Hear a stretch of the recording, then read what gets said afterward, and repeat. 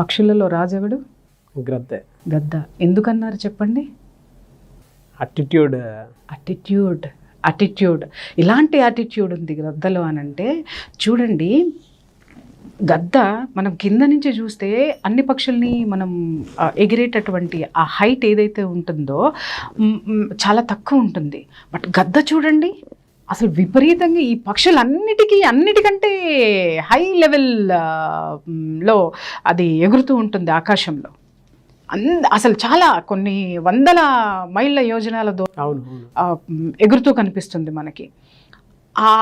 అక్కడి నుంచి అలా ఎగిరేటటువంటి గద్ద చూడండి, కింద ఎక్కడో చిన్న కోడి పిల్ల. మనకి ఇక్కడున్నదే ఇక్కడ పడిన పెన్ను ఎత్తుక్కుంటానికే కళ్ళజోడు కావాలి మనకి.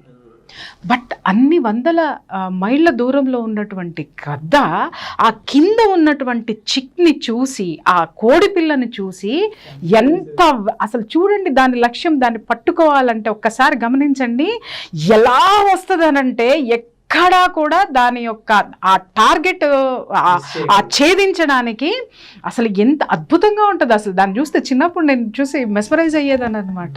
ఎక్కడో ఎగురుతూ ఉండేది, ఇలా వచ్చే సప్పన ఆ చికెన్ పట్టుకుని వెళ్ళిపోతుంది. ఎంత వేగంగా వస్తుందో అంతే వేగంగా వెళ్తుంది. అంటే దాని యొక్క లక్ష్యం ఆహారం ఆ రోజు సంపాదించాలి అని అంటే అది చూడండి, దాని కాన్సన్ట్రేషన్ చూడండి, దాని విజన్ పవర్ చూడండి, ఎంత షార్ప్ పవర్, చూపు, టార్గెట్, అది ఎట్లా రీచ్ అయింది తీసుకొని వెళ్ళిపోతుంది.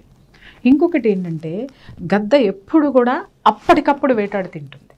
ఫ్రెష్ ఇవాళ వండుకొని ఫ్రిడ్జ్లో పెట్టుకొని మనం ఎల్లుండి తర్వాత తింటాం. బద్ధకం.